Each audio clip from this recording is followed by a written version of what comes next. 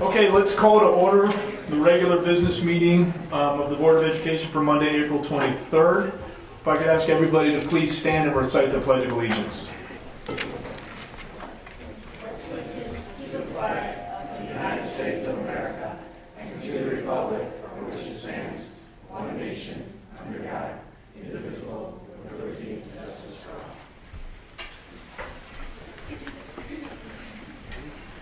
All right, roll call, please. Jim Batson. Here. Pat Bruce. Here. Kevin Huber. Scott Bruce. Here. Aaron Weiss. Here. Mac Here. Okay, so we note Kevin is absent. All right, so our agenda, we will open it up for public comment. I'd ask anybody from the public who wishing to speak to please limit your comments to 3 minutes. We have some student recognition tonight. We'll review the memory project. We'll have a brief president's report and then updates from the student school board reps. We will have the superintendent's report. We'll vote on the consent vote agenda. And there is one change on the consent vote agenda. Item 3J2A. 3J2A. So Alex Joe, mathematics teacher, is at VHHS, not LHS. All right, so when we get to that, we'll ask for a motion to approve the consent vote agenda as amended. Then we have updates from program and personnel, facilities and finance. Scott, I don't believe there's any property. No, there is not. Okay. And is there anything from CEDAL? No, there is not. Okay. Jim, anything from IASB? No. Okay, and then we will have an executive session tonight. We have 3 matters this evening. 1, employment of an employee, 5 ILCS 120/2C1. 2, collective negotiating matters, 5 ILCS 120/2C2. And then 3, selection of a person to fill a vacancy of the school board, 5 ILCS 120/2C3. And then we will take action on item 9A following that session. All right, so let me open it up to anybody from the public who would like to speak.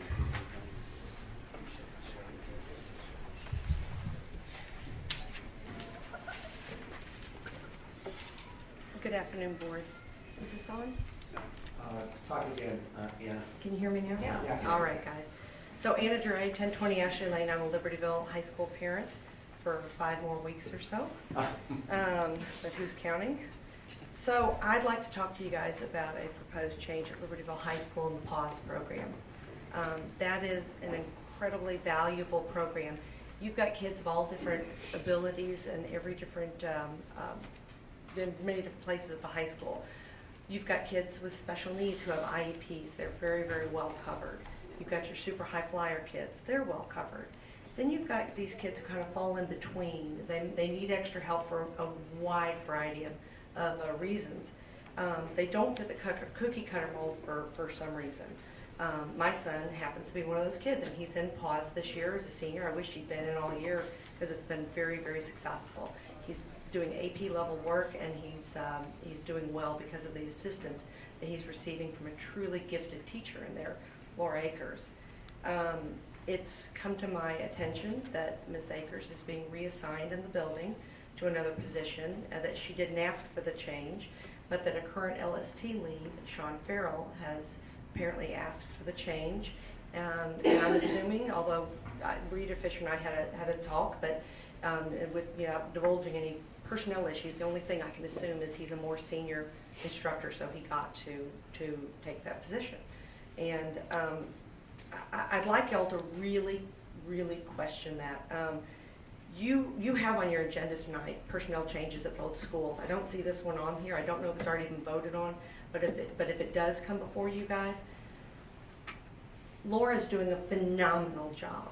She's got these kids. She's their advocate until they're ready to advocate for themselves sometimes with difficult teachers. My son's got an AP Calc teacher who has not had time to work with him this year. You guys, I talked to you about that. He's too busy with his extracurricular activities to be able to work with his AP Calc children. So she has in some ways filled that gap in many important ways. when you bring a new teacher in there, no matter how phenomenal they are, there's going to be a learning curve. You've got sophomores, freshmen, juniors who she's going to have to get up to speed. There's going to be a gap, she or he, in this case he. I wonder, is this decision in the best interest of those students? What will they benefit from this change happening? And will this put an already at-risk group of kids further at risk? And I feel like it will. Sean is a well-respected educator in this community. I can only speak from my experience. I used to run window painting, and when I was out on the streets in Libertyville, we were painting a bunch of windows, had 560 kids out there with paint in a bunch of historic buildings. You can begin to imagine how nerve-wracking that is. So we come up with some very clear rules. Do this, don't do that. We make sure every group has an adult with them. We give the kids the rules, and then we tell the adult, you're responsible for these rules. Well, ACE, the Athletes Committed to Excellence, were painting shaku, and they were splatter painting, which is against rule number 1, which is bold, and it's our biggest one you shouldn't break. Just dipping, slinging paint everywhere. It was like a gun show. And I walked up and I was like, stop, please stop. Because if we abuse these businesses, they're not going to be able to do it again. And I'm like, guys, did you read the rules? And they all said no. And Sean was their adult. And I said, Sean, where are the rules? They were in his pocket. I said, please have the students go over these rules, and please see that they adhere to it. And Sean proceeded to tell me that I shouldn't be so strident with him, that these were good kids, his group. And I said, Sean, I want you to look up and down this street. There's 560 children on this street, and every last one of them is a good kid. Because, if you're going to say one group's good, what's the other group? That really hit me wrong. And it didn't show any sensitivity whatsoever. One, respect to the program, and didn't show any sensitivity to the other kids on the streets. My other concern as a taxpayer is the current teacher in that role makes $98,000. Mr. Farrell's current income is $139,000. I'm sure it will be adjusted somewhat when it goes into pause, but you have got an extremely successful teacher making under $100,000, and you're getting ready to pay them at least, I would assume, $30,000 more. Is that a good use of our tax dollars? I'm going to argue no. I would really like you guys to look into this, and I'd like y'all to do what's in the best interest of these children. Principal Calentis is already famous in our community for saying every child matters. What is then the best interest of our students in this decision? And it is to keep the remaining teacher there. The other thing I wanted to leave you guys with, the process that you've used for searching for the board, I want to commend you. I think you have used a phenomenal process this time. It was all over the place. Anybody who was interested had an opportunity to apply. I think you got a lot of applications, and I think that's great. I think y'all have done a real good job on that. Thank you. Thank you. Anybody else? Big crowd on this one. Okay. Let's move on to our student recognition.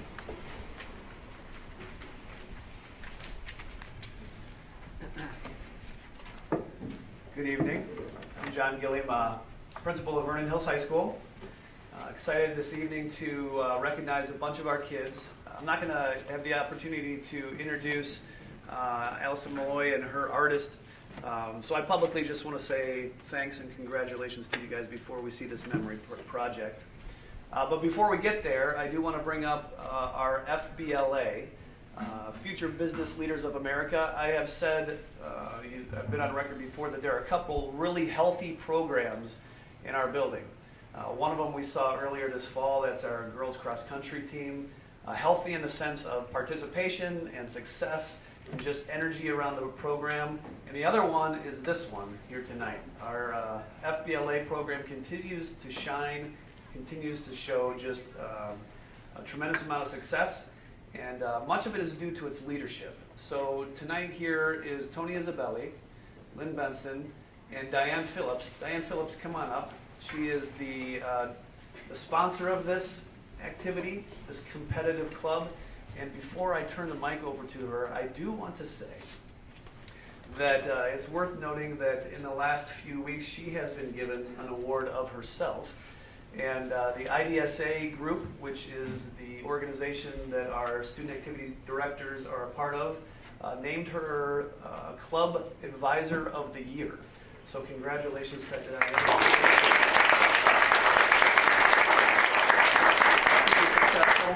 Now I'm going to turn it over to her to introduce these great kids. Hey, John, since we're on that, that's part of recognition tonight, so if you don't mind, let me just read a little bit more about Diane. And since she's already up there and it's hard to get her up to the microphone because she's so humble, to start one, Director of 128, Director of Community Education and Grants, Diane Phillips, was honored by the Illinois Directors of Student Activities as a recipient of a Distinguished Service Recognition Award. The award recognizes individuals who have made lifetime contributions impacting student activity programs. Diane received the honor at the annual IDSA Awards Banquet and Convention held at the Donald E. Stevens Convention Center in Rosemont. She was nominated for this honor by VHHS Student Activities Director Deborah Beagle, LHS Student Activities Director Jennifer Ulix, and VHHS Principal John Gilliam. Again, Diane, congratulations on this well-deserved honor. So.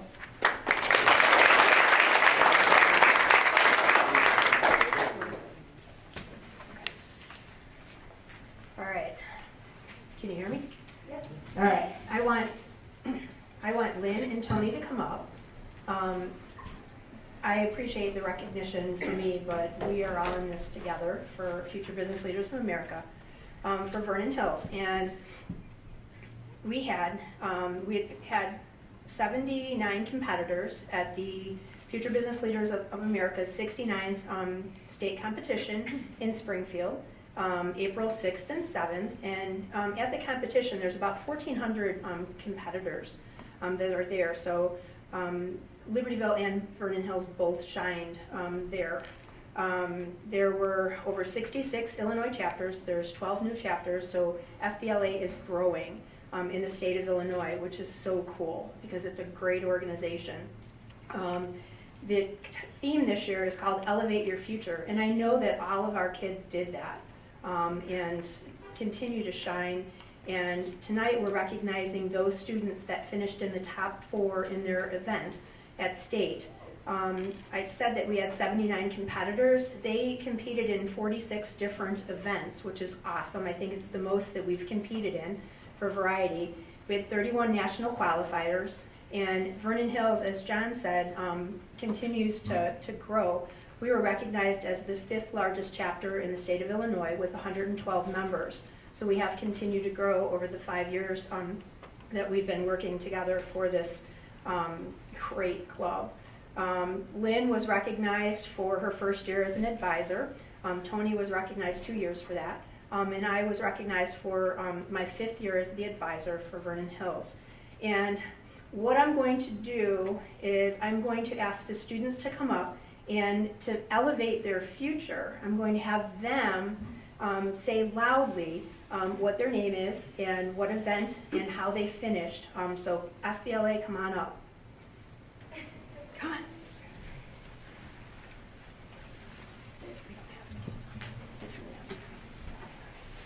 All right, so stand over.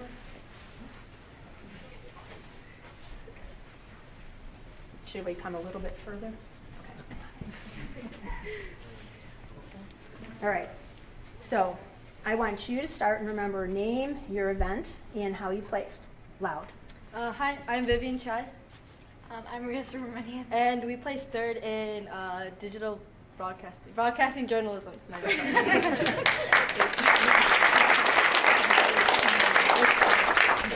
Hi, I'm Madeline Woodrow. I competed in digital video production with my group, who's not here today, but we got 2nd place. Hi, I'm Rachel Chung, And I'm Sarah Weisblatt. and we both placed 2nd in hospitality management. Hi, I'm Sebastian Dominich, and I placed 3rd in sales presentation. Hi, I'm Gina Liu, and my teammates and I placed 2nd in e-business. Hello, my name is Eric Song, and I placed 1st in Intro to Business Communications. Hello, my name is Daniel Zorm, and I placed 1st in cybersecurity. Hi, my name is Ben Goroshenko, and I competed in business plan with my partners Sujay and Rohan, who would who were not able to make it today, and we got third. Hi, my name's Sohan, and my group and I competed in parliamentary procedure, and we ended up placing third at state. Hi, I'm Neil Chaudhary, and I competed in mobile application development, and I got third place. Hi, I'm Thomas Florian, and I placed fourth in help desk.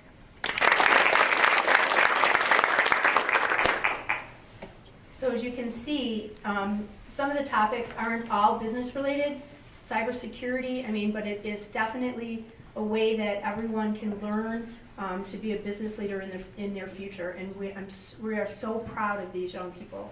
And we look forward, we're going to nationals in Baltimore, June 27th through July 2nd. So wish us well, and you're gonna read about us in the paper.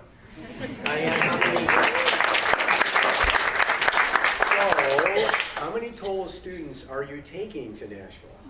I'm taking 21. We had 31 placed, but due to some conflicts, we have 21 that will be competing at state. And we had some people I'm glad, they just finished a tennis match, so they're going to introduce themselves. So we're talking about your name and the event and where you placed, please.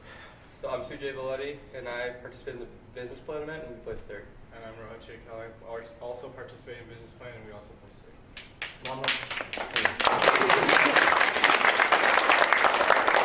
I'm Manuel Paranda. I participated in the Organization. Management Information Systems. I did another event, sorry, with them a couple years ago. And I placed first.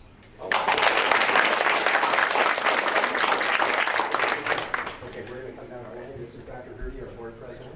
Congratulations. Thank you, sir. Congratulations. Thanks, everyone.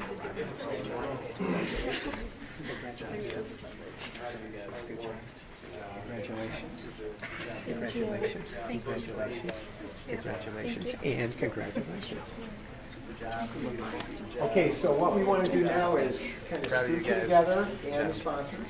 Okay, so everybody kind of scoot together. So make sure we can see your face. So as always, short people to the front, taller people to the back. Parents, if you'd like to come around and take a picture of the group, you can certainly do that.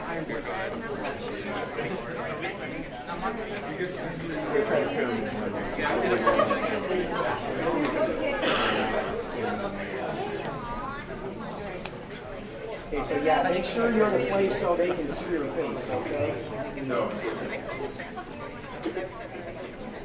All right. Boy, I feel confident. Wow.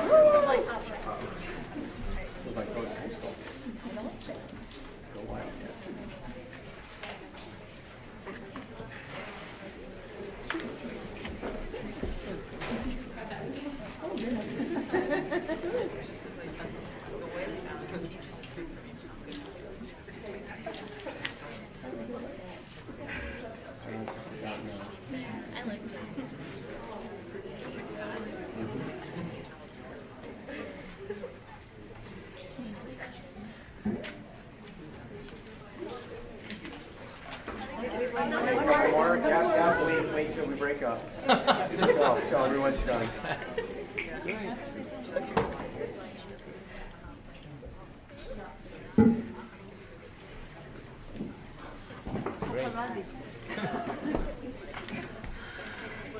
Okay, we kind of good? All right, congratulations. Okay.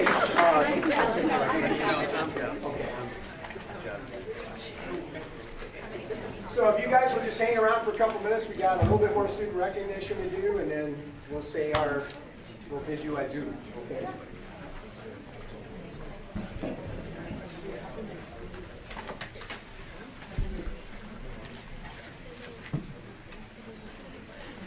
Well, good evening. I'm Tom Colentis, the very proud principal of Libertyville High School, and we have our future business leaders of America who have also done an extraordinary job and qualified for the national competition. We don't have quite as many as Vernon Hills does, but we are equally proud of our competitors as well. And so is Sophie here, Sophie Wetluffer? Come on up. So Sophie and her partner Conrad placed third in the business financial plan competition. And Sophie, Mr. Stanley back there is our district financial manager, and he has to come up with a financial plan for our district, so maybe you should talk. So, yes, congratulations. And I'm going to give you comments as well. Congratulations. Okay, and if your mom would like to come up and take a picture. Oh, your dad? Okay. We'll jump. Small superintendent, Dr. Grudy, board president.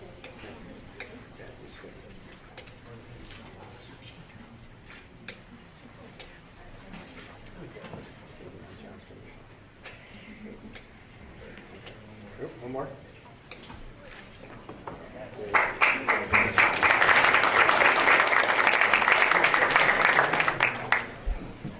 Now we have one more student from Libertyville High School that we are going to honor for a different award tonight. Are we ready to do that one with the setup with the video and everything, Ms. Todrick?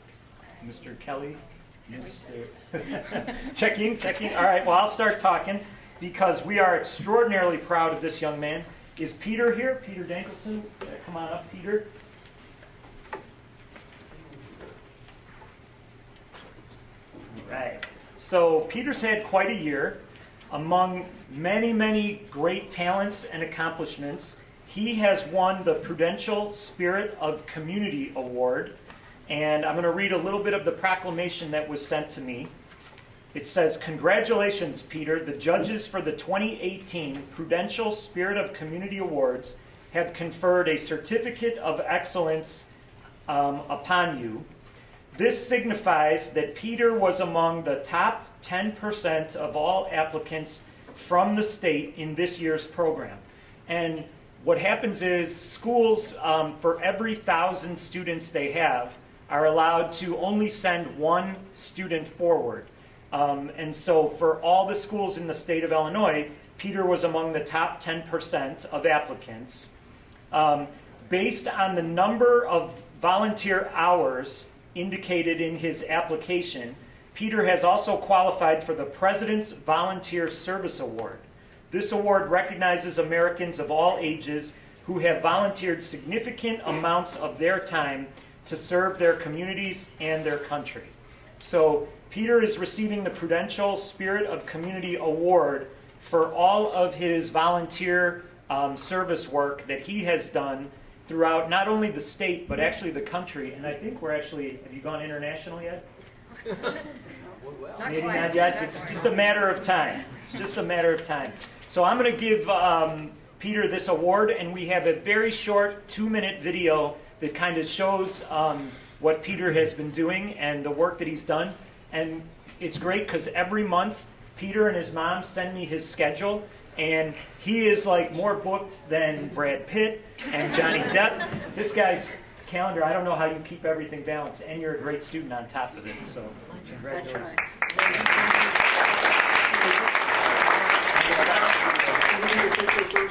Picture before the video? Yeah, let's do a okay. picture. Hi, Peter. Good to see you again. How are you? Yes? Okay. Here, Pat. Yeah, okay.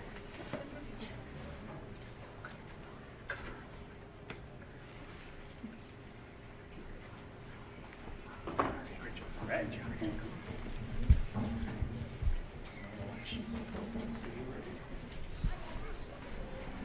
It's a fictional story, but each of us relates to it in some way.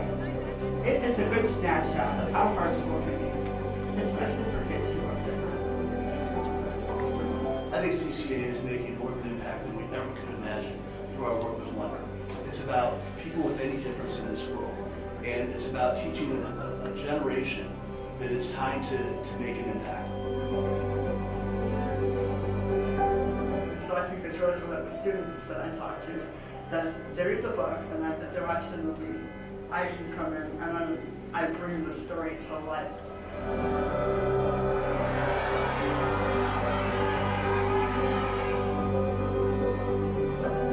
I'm just really excited that such an awesome book and such an awesome film has made the big impact that it has.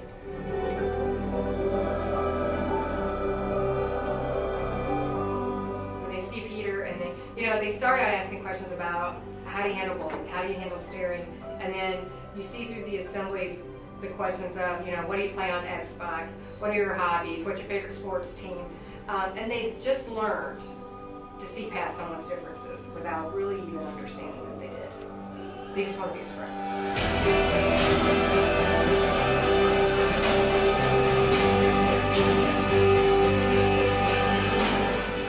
We discuss the book, we read the book, and the kids are doing projects, but to hear it from Peter, somebody that lives through all the things that they read about, really brings it home for them and really makes them able to transfer that knowledge and information into real life.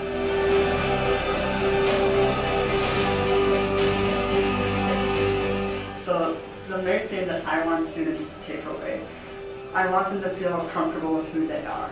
So I hope that students can hear my story and then they wonder, and then they realize that they don't have to pretend to be something they're not. They can be who they want to be.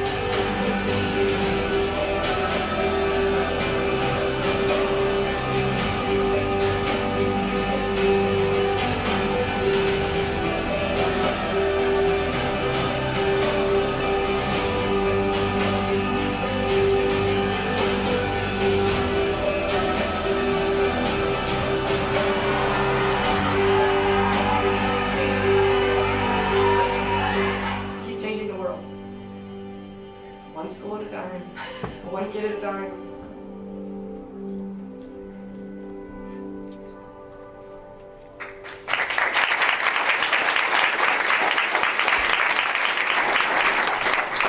So on top of his many talents, I think it's important to know that Peter is an excellent guitar player. And this Thursday we have our Best Buddies talent show at Libertyville High School, and you can come out and watch him shred that guitar. All right.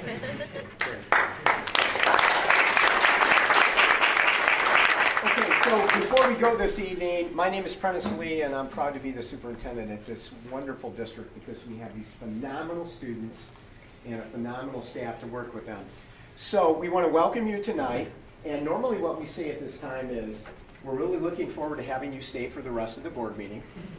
Okay, that was a joke, you can laugh now, okay. In a minute, if you would like to, we'll let you exit stage right over here. But what I want to tell you on behalf of the board, the district administration, and both John and Tom's administrators and staff at the building, this is our favorite thing to do, to recognize kids for success at any level. This just is what drives us here.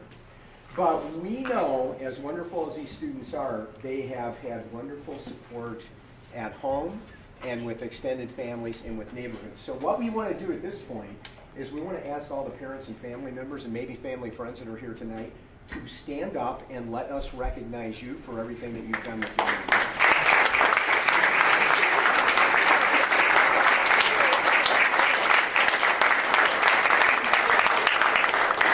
We very much appreciate what you do with your children and how you support them in getting them ready for this great high school experience, and we couldn't do it without you, so thank you very much.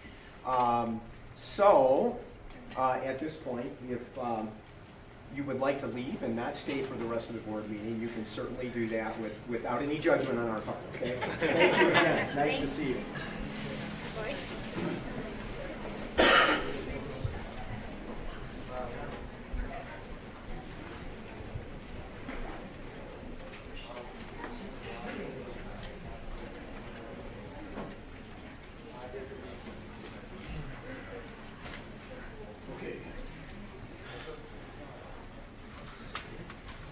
I am very pleased at this time to introduce our educational presentation for tonight. Allison Malloy, our teacher at Vernon Hills High School, is here with students who participated in the very unique memory project that they've been recognized for. Can I be heard? Okay, wonderful. Good evening, everyone, board, students, everyone who decided to stay. I was invited by Rita to speak tonight about a project that I've been working with students for 3 years on called the Memory Project. It actually is based in Middleton, Wisconsin, not too far from here. And it's been going since 2004. I'm doing actually some grad school research lately, and it's centered around this project. And I found out that this past school year, 2017, they just shipped their 100,000th portrait as part of this. So I wanted to bring this to you to share it, and I'm planning on next fall writing an innovation grant related to this to get more students involved with this opportunity for global outreach. So you're going to see a video here, if it's working, Bo. Okay, cool. About the latest project that we've done. We initially did Romania and Colombia, and this year we chose to participate with Syrian children who you will learn more about in this video. So they're facing pretty extreme challenges. Sometimes it's a third world country, some other times it's more orphans and refugee based. This year happens to be more refugee based. These are our student volunteers from our Vernon Hills High School Art Department. Tonight I have with us Lee Judilla. Lee has been in our program for 3 years now, and an active member of Art Club. I have Drew Laser right behind me. Drew has been part of the art program for 3 years as well. They are both juniors. And Zara Nadim, who is a senior this year at VH, who has been part of the program for 4 years now. So I've got some wonderful students, and I'd like to share the video, have them speak a little bit about their experience, and then share a little bit more about the project.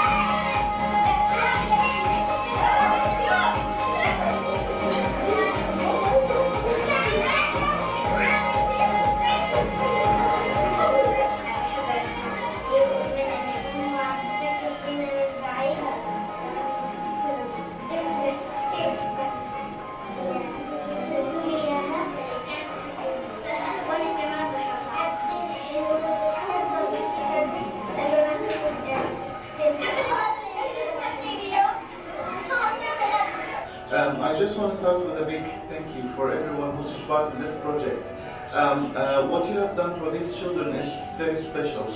For these children, there are a lot of donations, financial donations that comes for the facilities and everything else.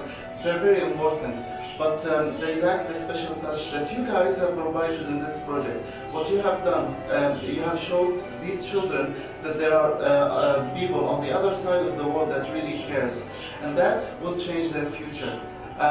What I've seen yesterday is that the love that you sent for them have lit up their heart, and I saw that on their faces. So really, thank you for everything that you have done. These Syrian refugees have suffered a lot, and for them to see their photos and their portraits in such a way just puts a smile on everybody's face. Thank you very much. هلا هذه الصور اللي توزعت اليوم كانت فرحة لطلابنا. بالوقت اللي احنا بنوزع فيه كل ملفات الصور كانت بتوزع عليهم الفرح والسرور على وجوه طلابنا. الفكرة من المشروع كانت كثير رائعة، انه في شخص ما في مكان ما عم بفكر بمعاناة الطلاب وعم يدعمهم معنويا وبيرسم لهم الابتسامة بأقل الظروف. ومن هون بنحكي انه بنتشكر هالمشروع وبنتشكر كل شخص حاول يرسم ابتسامة على وجه اطفالنا. ويعطيكم العافية. نشكر يعني الاتحاد الاوروبي ونشكر كل القائمين على هذا البرنامج الطيب، نشكر والشعب الامريكي اللي قاعد اخرجنا طلابنا مره ثالثه من خلال الرسومات من الجو المعارف والطائرات والقصف كذا الجو الانساني الى جو المحبه الى جو الانسانيه. نشكركم كثر خير وبارك الله فيكم. اخواننا واصدقائنا في دار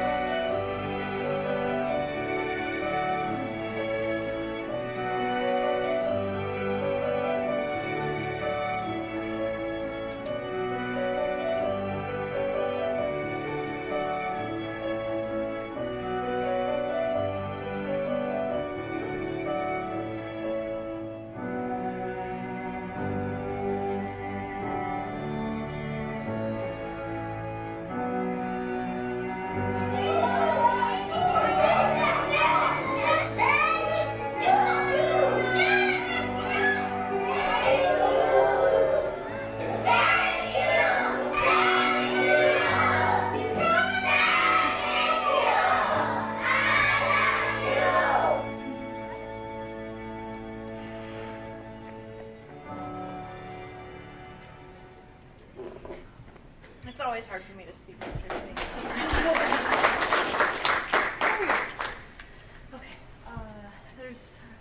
So I think I'm gonna have these students speak before I go into this a little bit, to share a little bit about why they chose to participate in this. So the reason why I chose to participate in this is because the year before, so last year, through our MSA, Muslim Student Association, our service project was to raise money for Aleppo, Syria. And then this year, Malloy posted in Google Classroom, oh, you have the opportunity to create a portrait for a child in Syria. And I was like, oh my God, like, are you serious? This is amazing. And it just really hits so close to home because you read about the things that these kids are going through and the suffering and the pain that's out in the world. And you have this chance to make an impact on such small kids too. So it makes me emotional, but it's like, oh my God, I'm sorry. I didn't even expect this to happen. You're okay. But it's the fact that you're able to touch a kid's heart, even through the smallest thing, through art, and even my family, like, we're from Pakistan, and my dad's side of the family lives over there, and I know how much it means to other kids in other countries for them to be touched through art, because they don't have many resources, and they don't have what we're blessed with over here, and the things that we take for granted, and the fact that we're able to touch them through their hearts and like let them know that people on the other side of the world are there for them.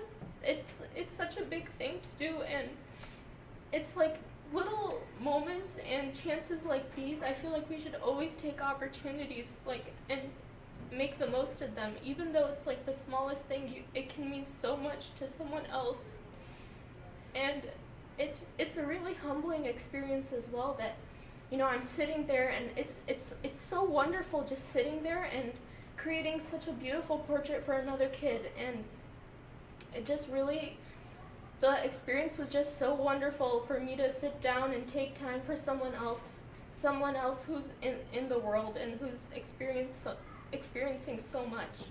So that's why it it hit really close to home for me.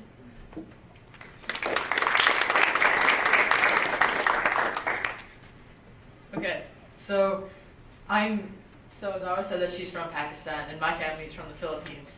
The Philippines at the moment has gone through so many typhoons in recent history, and then there's also the fact that they're facing a huge drug war on drugs that is threatening the lives of so many people, including children, and forcing them out of their homes.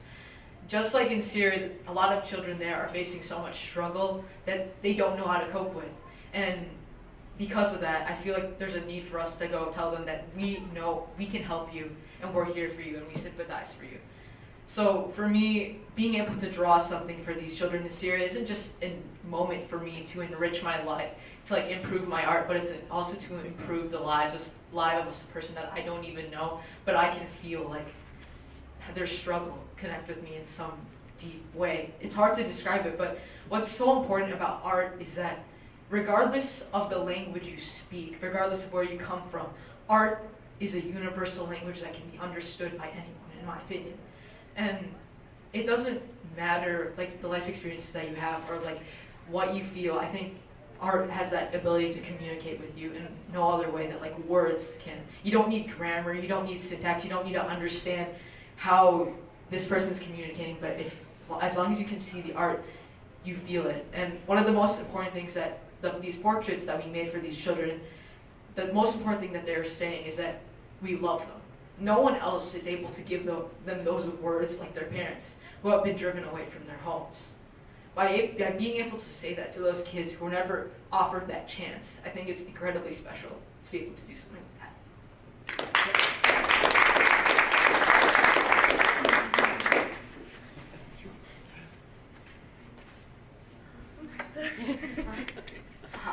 Oh, sorry, Drew. You're making this a little hard for me, though. So initially I was attracted to the project because Malloy was like, we're drawing Colombian orphans. And I was like, oh wow, I'm Colombian. I'm not an orphan, but I am Colombian. So, you know, part of that we have in common. And so initially I was attracted to the idea, and then I saw the kind of struggles that those kids were going through. You know, it wasn't always just an orphan, you know, bad circumstances. It gets even worse in some areas. We saw this year in Syria. These kids are not just worried about grades like I am, they're worried about bombs, and that's scary. But you see, these kids, what I like about kids is that they're very resilient. And, you know, I like to think of myself as resilient. You know, I got a lot of injuries this year, and so I'm not particularly healthy, and so there's not a lot I can do to help people, but I can do art. And one of these things that resilient kids like is that they can run around and do art, and that's something they can do. You know, all these buildings were painted, and you could tell some of them were drawn by the kids, and I like that a lot, because if everyone knows, a lot of people here have had a kid, I'm assuming, you know, you work with a high school, so you at least know kids. And kids like art, and I'm a kid and I like art, and it's something I'm good at and that I can do to help people. And so being able to say, not only the first year, I'm Colombian too, and I'm here and I care, and then being able to go to Syrian kids and say, here is a painting of you, and 2 of them this year, which I shouldn't have done because I should have been doing other work, but somebody needed to draw that kid, and I was like, well, I might as well do it. I don't have the time, but I'll do it because it's nice. And also, I didn't know what I was doing for my concentration, and I was very nervous about that, so I was avoiding that. And, there's a good way to avoid that, and it's by doing a good deed. And so, it was nice to be able to do something nice, because, I have friends who are able to go and do Feed My Starving Children and do these all kinds of things, but I can't do that, and it sucks not being able to help people. I want to be able to do charity, but there's only so much I can do, because I can't stand for long periods of times. And I wish I could. So being able to give back in even a way that's just like, here's a picture of you that you'll probably lose in like a year, because I know I would, because I've lost my keys about 40 times in the past month, and my mom's not happy about that. But it's something, and that's important. And it's important to be able to do something even if it's something silly or cute or just art. And I know to some people it's just art, but to a lot of people like me, that's my future. That's all I have, I mean, my sister, she's in neuroscience. I'm not in neuroscience. I'm an art kid, and so I want to show these kids that there's always something for you. You don't have to be completely surrounded by opportunity to be able to do things, So.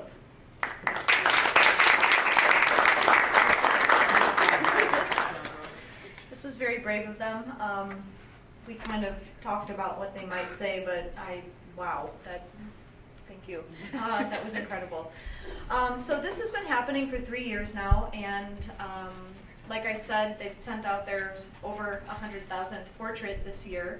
And this year there were 11 students who volunteered, 12 portraits actually painted and drawn. In the years past, it's been about the same. And like these guys said, art can impact so many people's lives beyond just a picture that we might put up in our own home. So I'm very happy that they could communicate so well about why this was special for them. Bo, if you could go to the next slide. So just, the portraits that they made, the media is up for grabs. They can do whatever they'd like. The children do let them know how old they are and what their favorite color is. And besides that, their imagination can run wild. The kids do like to see themselves in it in some way. They want them to be fairly realistic. But I'm hoping next year that this becomes many, many more.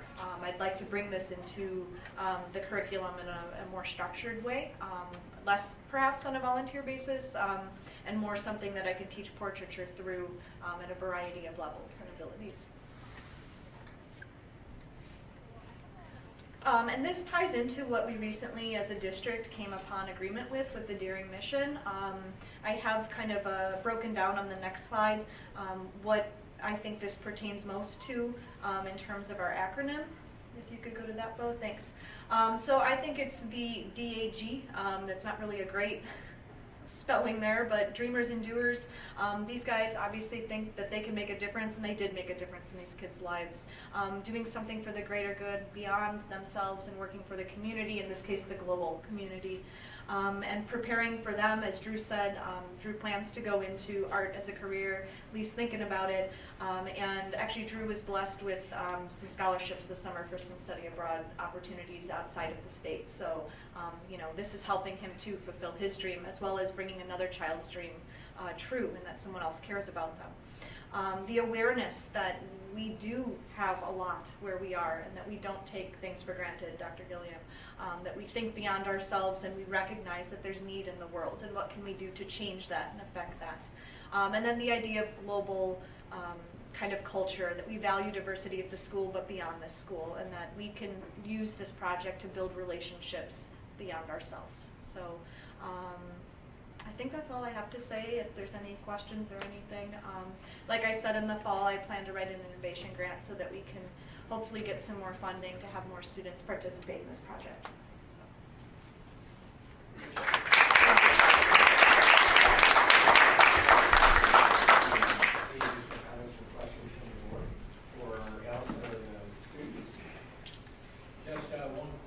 Students, you described yourself as kids. You are probably more adult than some of the adults I know. Oh, really? Thank you. Wow, that's so neat.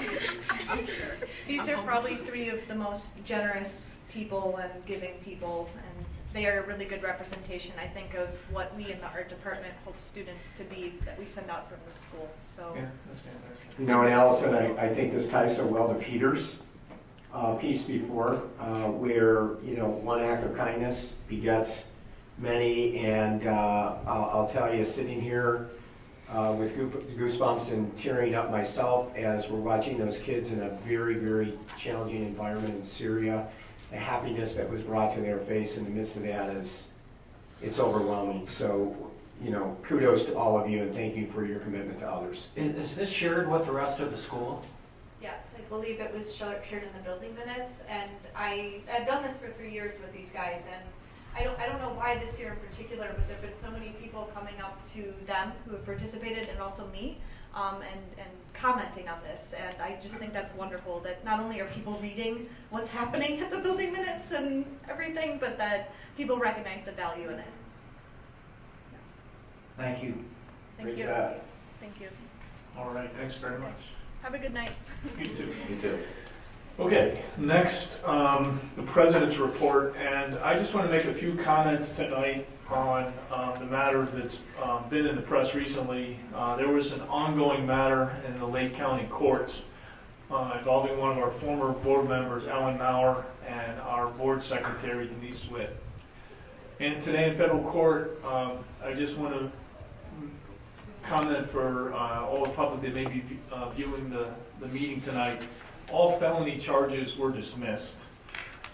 Ms. Maurer-Witt entered into a plea deal with a misdemeanor with supervision for disregard of the election code. And in Illinois, a misdemeanor with supervision means that the sentence is not a conviction, but rather the court enters a judgment and the case will continue for 12 months.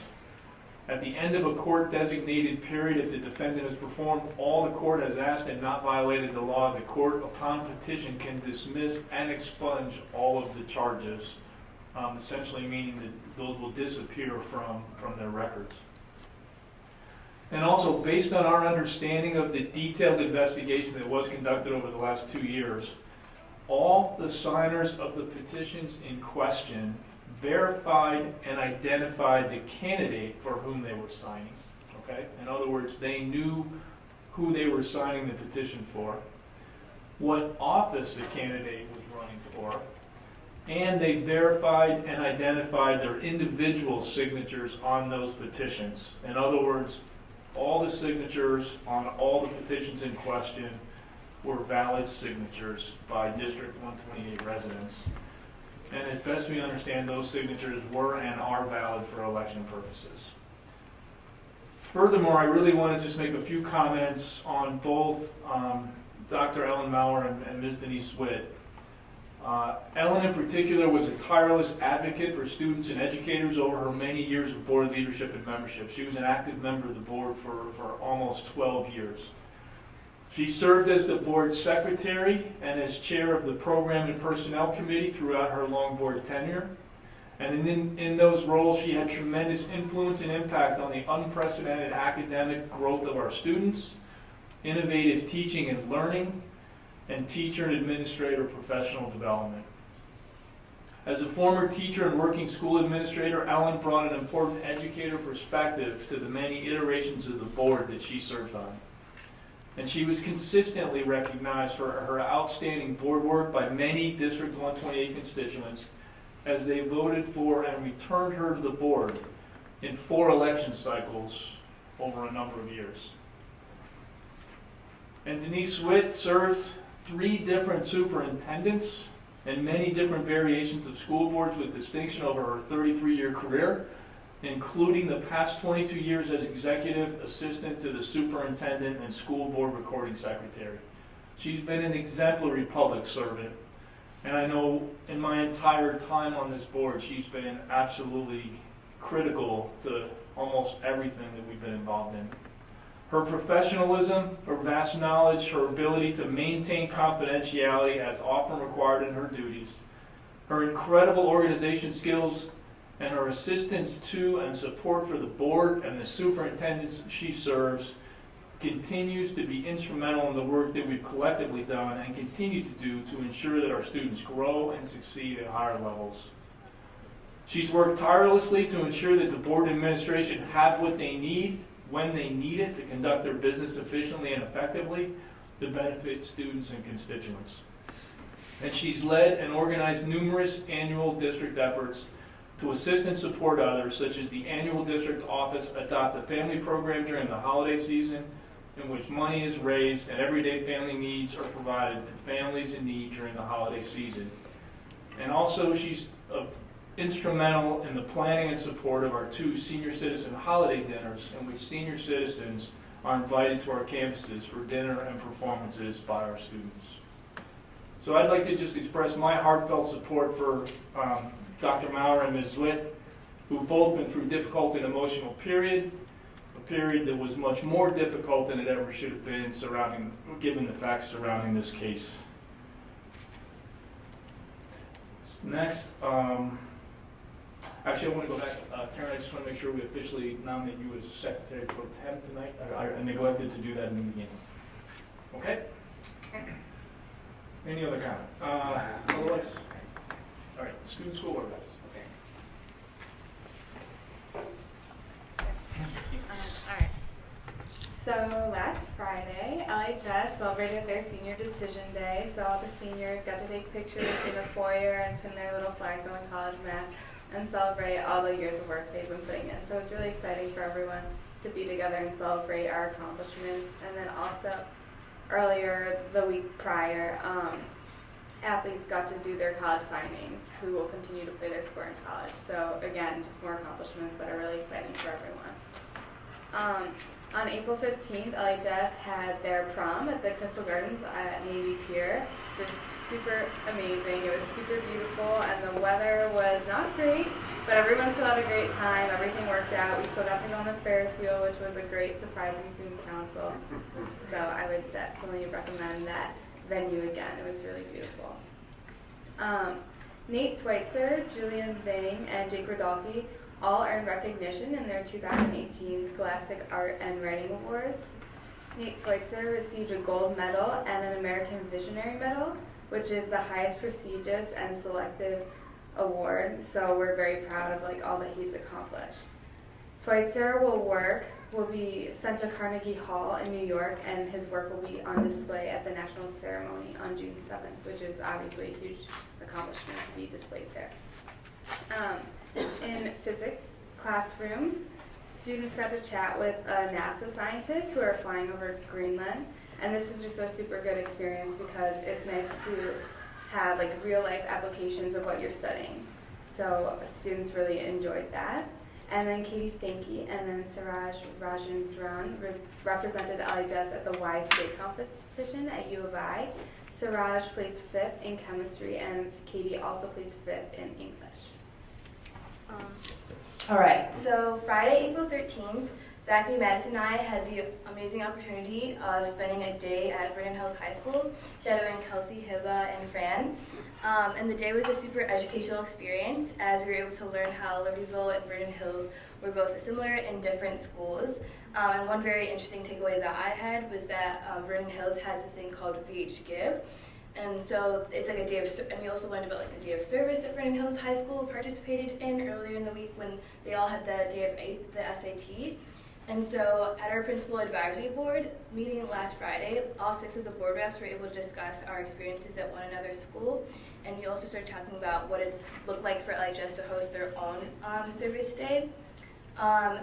Next, the Laramie Project. So this past weekend, LHS stage players put on a production of the Laramie Project. And the production had a strong emphasis on hate crimes because it's about Matthew Shepard, who was a gay student and he was brutally murdered. So I actually watched it. It was amazing. And members of the theater department united around the idea that LHS has hate has no home at LHS. And a number of clubs, including Advocates, Best Buddies, they all had booths outside the auditorium after each production, again just reinforcing the idea that hate has no home at LHS. And they gave information on the positive messages of their clubs at LHS. And this coming Friday, the conversation of hate has no home here will continue as club representatives and faculty members promote a hate-free environment. So the name of this program is called Erase the Hate. And so the theater department, in collaboration with other clubs at LHS, is hosting an Erase the Hate night at LHS this Friday from 3 o'clock to 4:30. So the purpose of this is again to reinforce the idea that hate has no home at LHS, and so each club will share their own unique message of how they erase hate in their community and around the world, as well as elaborate on how others can also get involved in erasing the hate in Libertyville. So yeah, it was organized by the theater director, Mr. Thomas, and inspired by the Laramie Project. All right, so at Vernon Hills High School this past weekend we had our performance of Radium Girls. So the high schoolers used their talents to tell the story of the Radium Girls, who were female factory workers that contracted radiation poisoning from painting watch dials, and how they were able to overcome their difficulties and have their voices heard. They had 3 performances and they went extremely well. On to athletics. Our sports teams are in full swing and are getting ready for playoffs in the upcoming weeks. We are really looking forward to see how much and how far our teams will achieve and accomplish this season. Like Lola touched on earlier, we had a service day, and it was the day that the juniors were taking the SAT, and we had 12 different service opportunities, and we had 400 students participate. We kind of told you guys last month how quickly we got people to sign up, which was amazing. It started off with a send-off in our auditorium, and Dr. G kind of talked about the importance of service and giving back to our community, kind of just to bring everyone together before we all departed from the school, and some of the different opportunities that students were able to participate in were singing at the Springs of Vernon Hills, which was where I went, which was really fun. Some cleaned up the highway, and a lot of students went to feed my starving children. We asked a senior what they thought about the service day and kind of why she wanted to, come give up her time instead of sleeping in. And she said she likes spending her time to make others happy, and she was more than willing to sacrifice a couple of hours of sleep to give back. So it just goes to show how much students at our school want to give back to our community and have that and build that connection. The student activities director, Mrs. Beagle, said that next year they will continue to build these connections in our community to expand opportunities. So this is something that we're really looking forward to do again next year. And again, our student activities director, Ms. Beagle, was honored by the Cove Alliance for her work with student activities to raise money for our sister school in Uganda, St. Jerome Cove. And we asked her what she was most proud of, and she said that the sustainability of the connection with the Cove Alliance and being able to project future growth within the 2 schools was something that really is special to her, and she can confidently say that this school, St. Jerome, is embedded in Vernon Hills culture, which is something that's really amazing and special. Congratulations again to all FBLA national qualifiers, and they got recognition at this meeting, which is really cool. The International Thespian Society, so participants in the all-state production of Big Fish, which happened back in January, were selected to actually go to Nebraska this summer to perform for the all-national not a competition, but presentation. And so Donnelly Black, Mackenzie Follett, Skylar Torrey, Sophie Schmelzer, Valerie Smith, and Samantha Cole are all Vernon Hills High School students who will be heading to Omaha this summer. Jordan Bunning was presented with All-State Academic Award alongside 2 other Libertyville athletes, which we recognized at the past meeting. And then students were recognized for the April Cougar Class Act Award winners. They were Ruslyn Chamdulov, Jasmine Santiago, Daria Emily Nova, Zara Nadim, Stara Lawrence, Faith O'Neill, Jaffa Costa, Hannah Ray, Aria Panda, Philip Glenn, Allison Landis, Fernando Bravo Garcia, Joey Leviton, and Jocelyn Aguirre. Okay, so then this weekend, Saturday, April 28th, is Vernon Hills Prom. So that will take place at the Renaissance Hotel in Schaumburg, and this year our theme is Gatsby. And then what's fun this week is we have like a senior week going into prom, so then seniors can sign a pledge today and tomorrow, and then they'll get a free lunch from the food trucks on Thursday. And like the presentation said, we just want to recognize the amazing work of the Syrian Refugee Memory Project. In a few words, the students that were a part of this thought it was a really valuable experience to give back using their talents in art on an issue that to us would seem like a world away.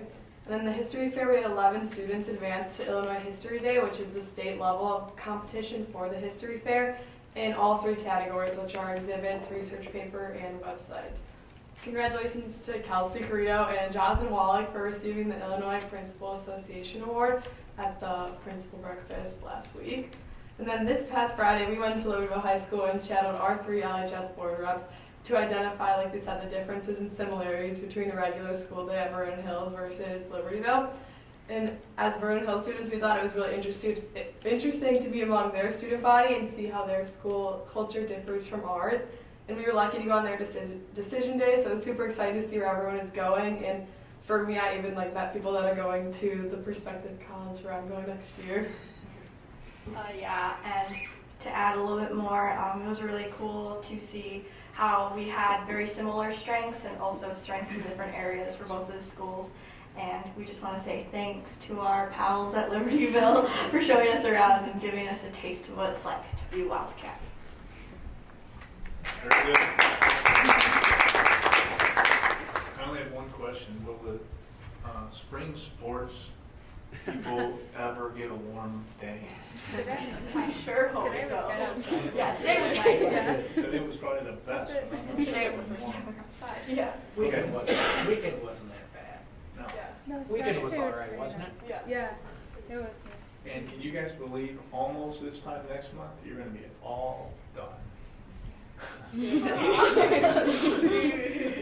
All right. Let's move on to superintendent's report. Okay, thank you, Pat. Some more good news regarding our students and staff. The following students were named March LHS Students of the Month: Katie Waldvogel, Cassandra Palomo, Hank Kulterman, Sadie Iyer, Rachel Benner, Ryan Berger, Trinity Hudson, Cardell Dawson, Alexander Herring, and Lena L. Kuhn.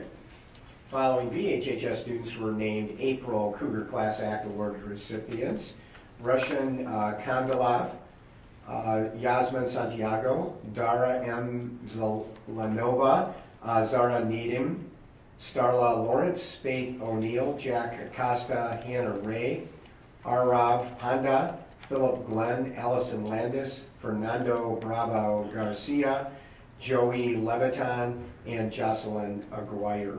The following D128 students submitted images that were chosen to be exhibited in the 7th Annual Juried Exhibition, held May 3rd through 27th at Perspective Gallery in Evanston.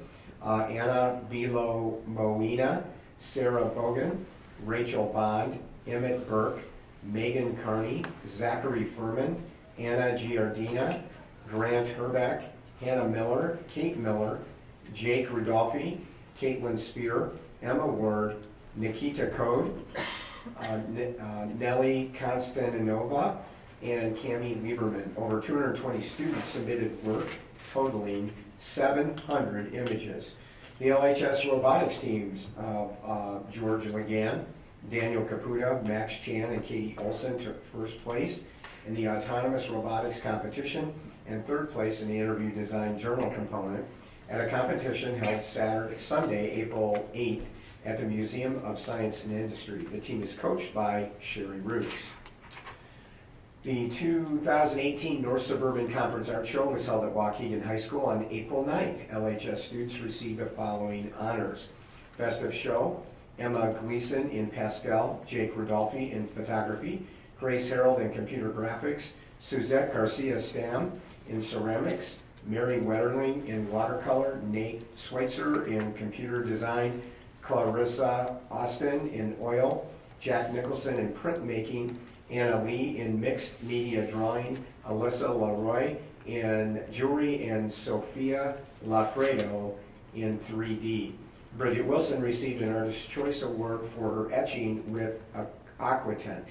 Her metal plate etching, which is rare in high school art classrooms, was chosen as an outstanding and unique piece from all the works, 450 plus works in the show.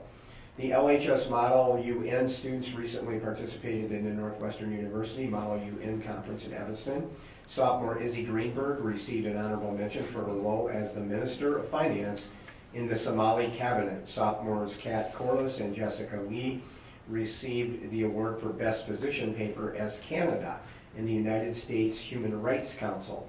The team's advisors are Lauren Podest and Matt Wall. LHS students Suraj Rajendran and Katie Stanky earned medals at the state finals of the Illinois Academic Challenge held at the University of Illinois on April 17th. In a field of hundreds of state finalists, Suraj earned a 5th place medal in chemistry and Katie earned a 5th place medal in English. LHS seniors Maggie Schutz and Melissa Manich were named among the top 5 award recipients in the 2017-18 Celebrating High School Innovators competition held April 7th and 8th at Illinois State University.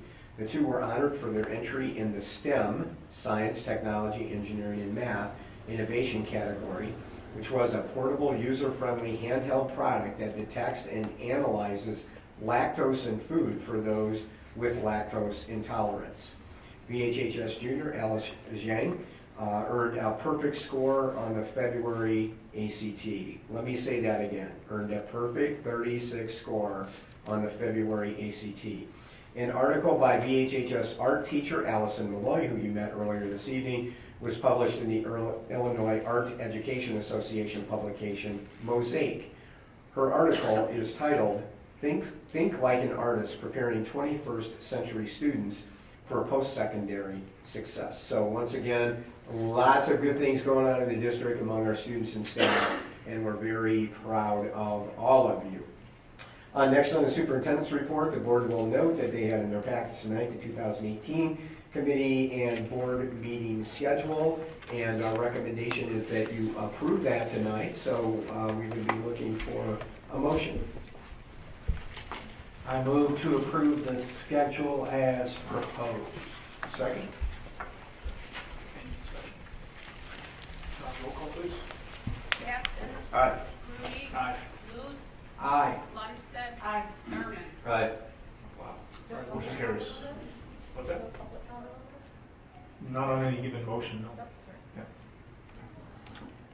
Okay. All right, next on the superintendent's report tonight is District 128 school start time for next year. As we've been reporting for the last several months, we want to continue to update the community on where we're at in that conversation, as I did in EPAW Prince in the last EPAW Prince 2 weeks ago and at the last board meeting. We'll just repeat again that we had an integrated group of stakeholders, which included students and staff and parents and administrators in the district who met, did research on school start times and student sleep patterns and a number of things. Coming out of that work, the group made 2 recommendations for time schedules to consider to administration. We considered those recommendations. We made a recommendation to the board. The board approved that recommendation. So there are several components of that recommendation that are subject to collective bargaining. And as the public may be aware, we are in the process of collectively bargaining the contract for next year and beyond at this time. So we have nothing new to report except the overall bargaining is continuing at this point, and that is a piece of the overall contract. So Rita, anything to add to that? Okay. All right, well, good. Summary of the work of the task force. Okay, so that's where it stands right now, and if there's any change to that, of course, we will report that to our stakeholders post haste. LHS pool project update. Mark, you just want to give us a quick update now that the weather is turning and things should start to get even more exciting here in the next couple months. So, yes, thankfully we've seen some good weather. A little bit of snow here and there, but not a lot to impact moving along with the project. The bottom of the pool is fully poured. The deep end walls are poured. They're presently forming the shallow end walls and working along with that. They are installing the underground ventilation system that is going both on the north and south side of the pools. We're still working on foundation work. We have a few more piers to put in between the school and the pool vessel itself. The vessel had to go in before these piers could be dug and then poured. So we're moving along And this week, we plan to take down the old administration building. Okay, and what day are you going to do that in case anybody wants to go over and watch? Or retrieve some bricks. Scott may want some bricks on that. So. I think even made of bricks. As of Yes. this afternoon, they will start the process to set up and get the site ready, and then demolition will start on Wednesday morning. And Mark, once they do, just a follow-up, I know you and I have talked about this again, but just for members of the community. So once the building is taken down, it has a basement, so what happens? Because people always ask, are you going to use that as the warm-up pool for the big pool, the basement, fill it with water? So can you just talk about what that looks like? Yes, the basement foundation, the floor slab and the wall slabs will all be removed. Because this area will be where the new road is going in for the school, so it will be filled with stone and compacted in lifts, so there'll be no settling in the future after the main road is put in over this area. Great. Dan, you want to add something? And just on the financial side, so far through March we spent $3.5 million of the $21.5 million, and we're on budget and on schedule for spring of 2019. Great, thank you. Next on the superintendent's report tonight are FOIA requests this month. So we had 4 FOIA requests, and as has been our custom, we will read these into the record tonight. We received a request on 3/22/18 from Nathan Mihalich from the Illinois Retired Teachers Association, requesting names and email addresses of all teachers or administrators who are retiring in 2018. Brian Kelly did the follow-up. Our response deadline was 3/29, and we responded on 3/27/18. On April 5th, 2018, we received a request from Michelle McAbenny Wiley, she's a staff attorney at the Shriver Center Community Justice Division at 67 East Madison, Suite 2000 in Chicago, and requested how many school resource officers are employed in your district, provide the memorandum of understanding or any agreement that you have with the police department that provides you with a resource officer. Bryant Kelly followed up with that. A response deadline was 4/12/18. We responded on 4/10/18. On April 10th, 2018, we received a request from Katie Kim, as an NBC Channel 5 reporter in Chicago. Requested documents sufficient to show which schools in Community High School District 128 have a school resource officer, and documents showing all policies and guidelines for that SRO.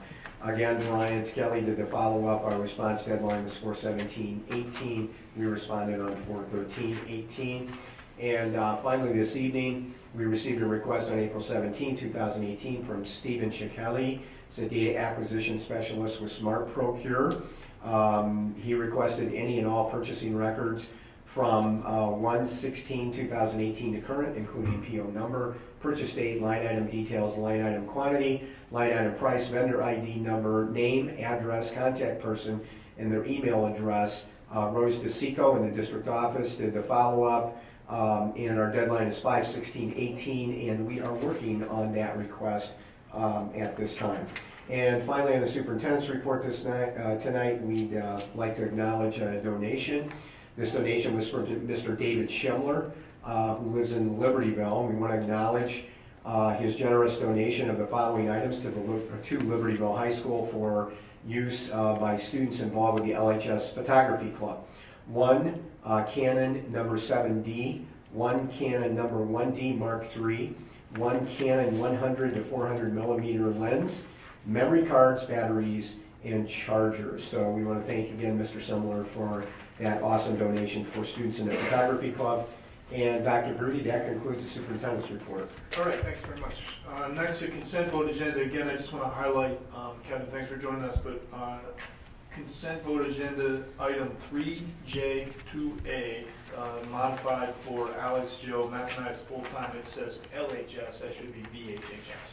And again, Pat, just let me point out for community members that may not know this, but teachers and staff are not employed specifically by a building, so they're all 128 employees.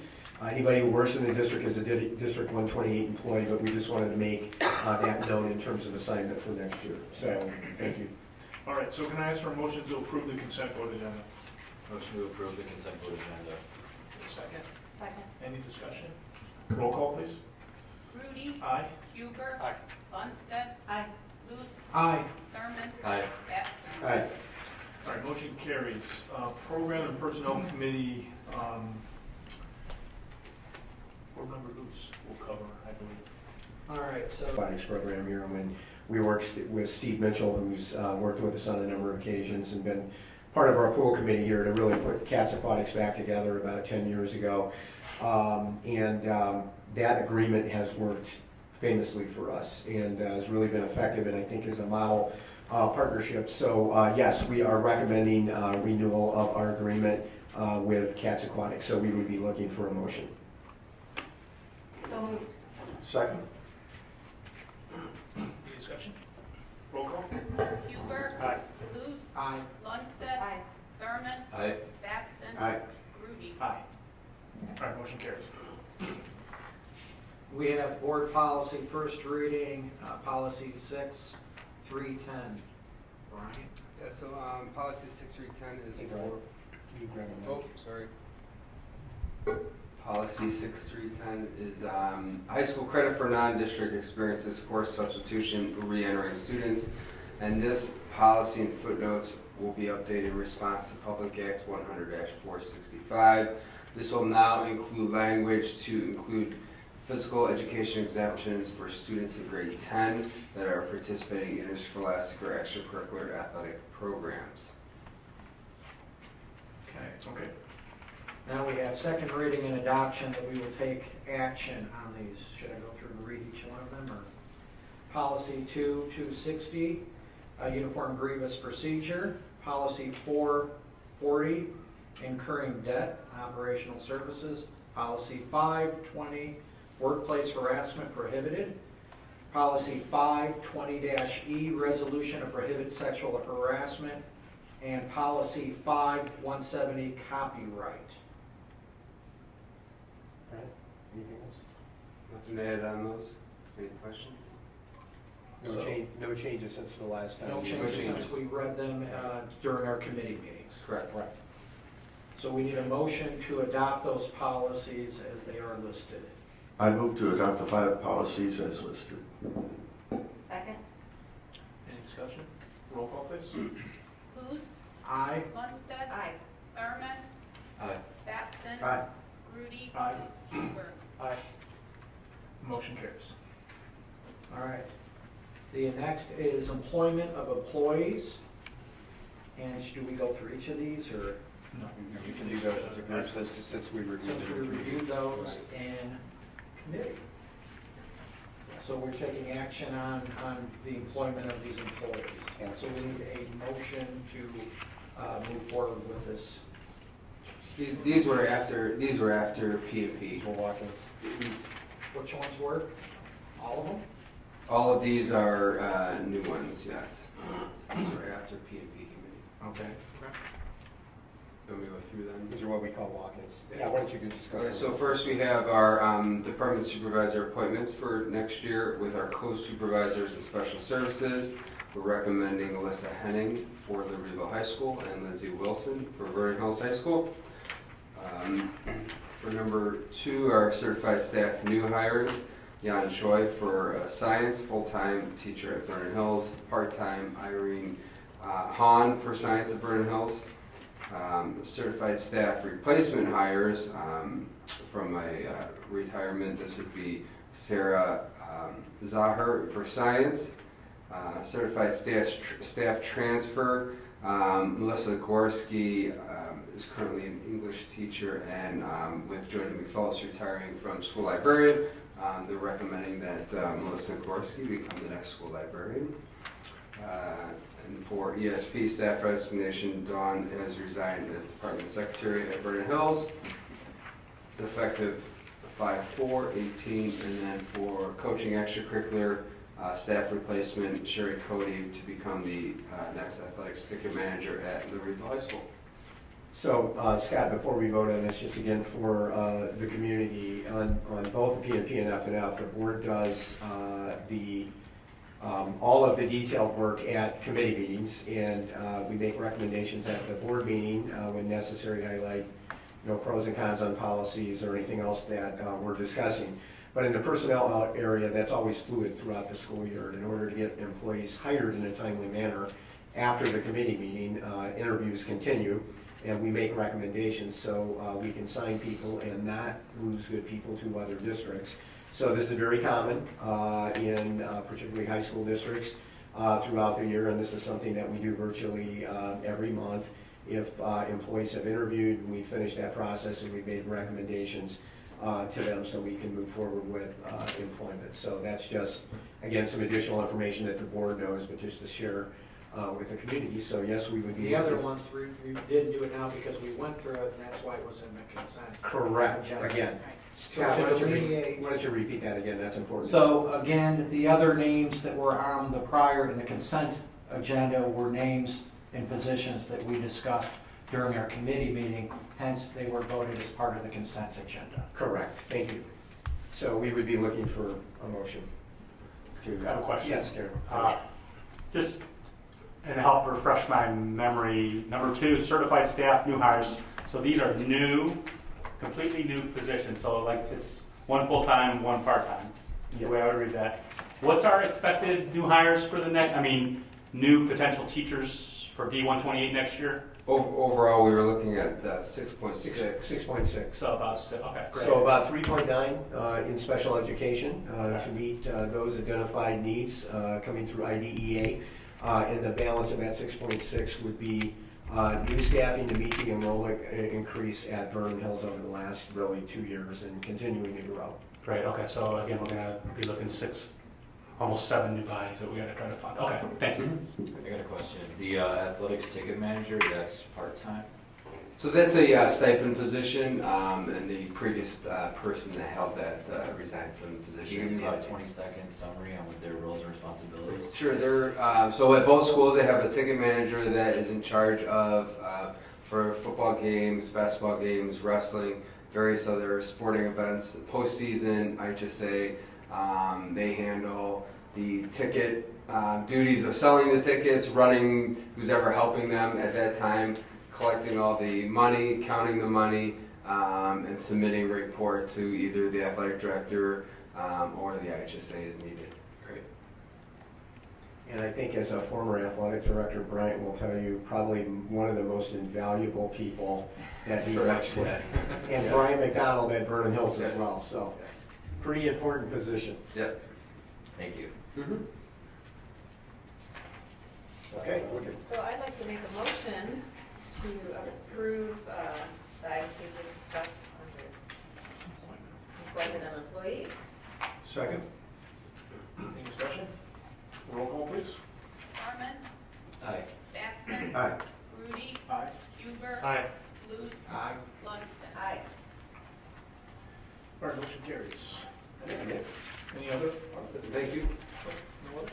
Okay. All right, facilities and finance, Chairperson Batson, and I believe item B is, we're not going to review the co-contract tonight. We're not, okay. Yeah. Thank you, Dr. Grudy. We have a update on the LHS long-term additional parking plan. Yes, we met with the village staff last Thursday, April 19th, to discuss the process for submitting an amendment to the current site plan permit for the LHS Aquatic Center to add, to include additional parking on the LHS campus. Time frame for development review process starts with our parking plan being submitted on May 11th for development review. Our plan would then be presented to the Appearance Review Commission on May 21st for any review and comments. From there, we would present our plan to the Village Plan Commission on June 25th. The next presentation would be before the Village Board of Trustees on July 10th, with the final approval from the Village Board of Trustees on July 24th. Mark, can you review again how many parking spaces we're looking at?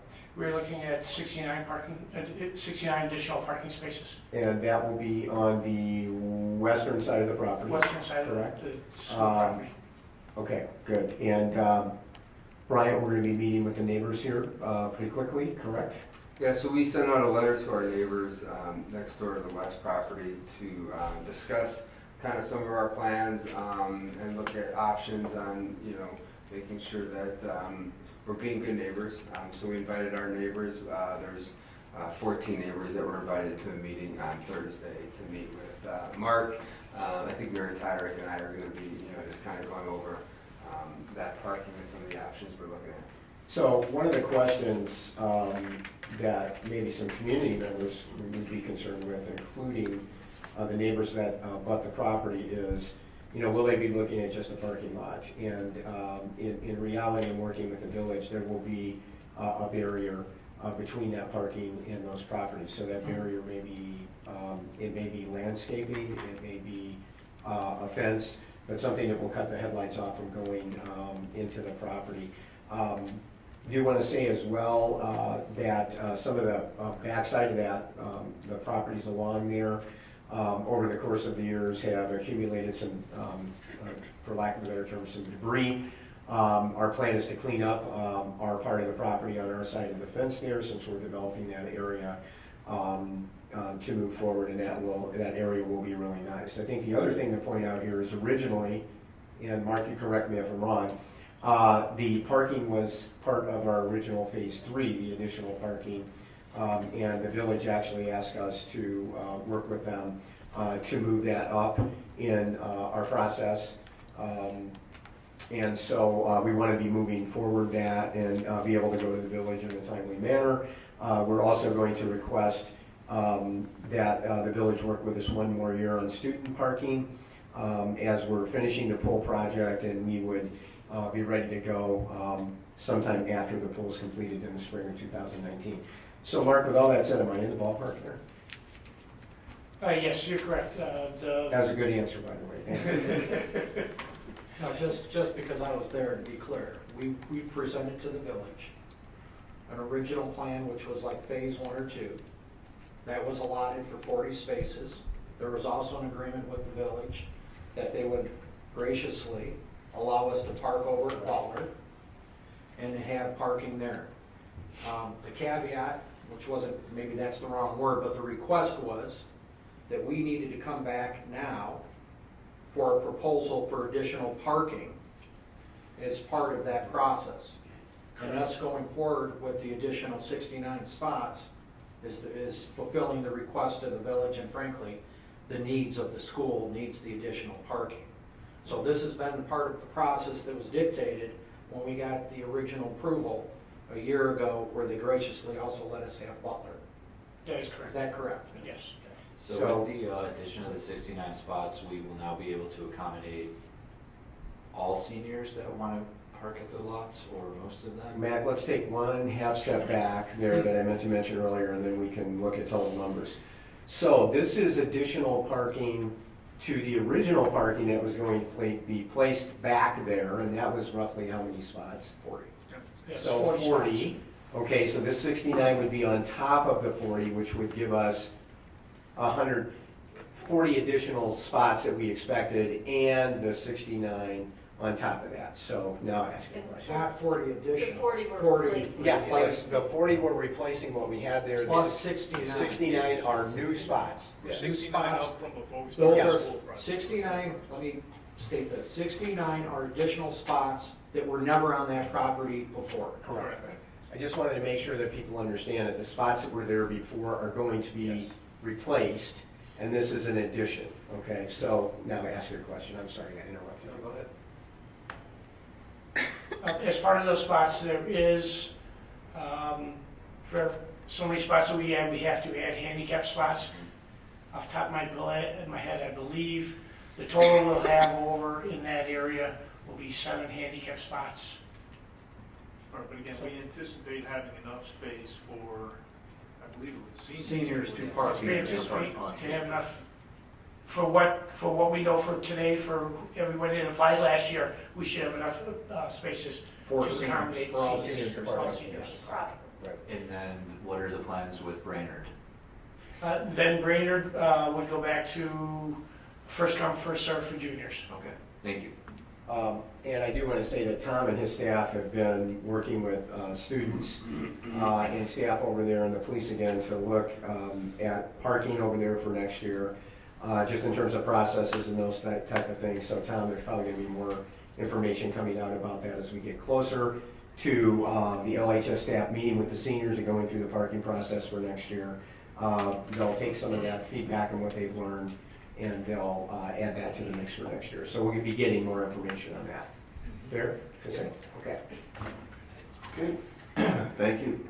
The second item, we're going to table? Yeah, our attorney just needs a little bit more time to just review that contract. So Motion to convene an executive session. Again, 3 topics tonight: employment of an employee, 5 ILCS 120/2C1.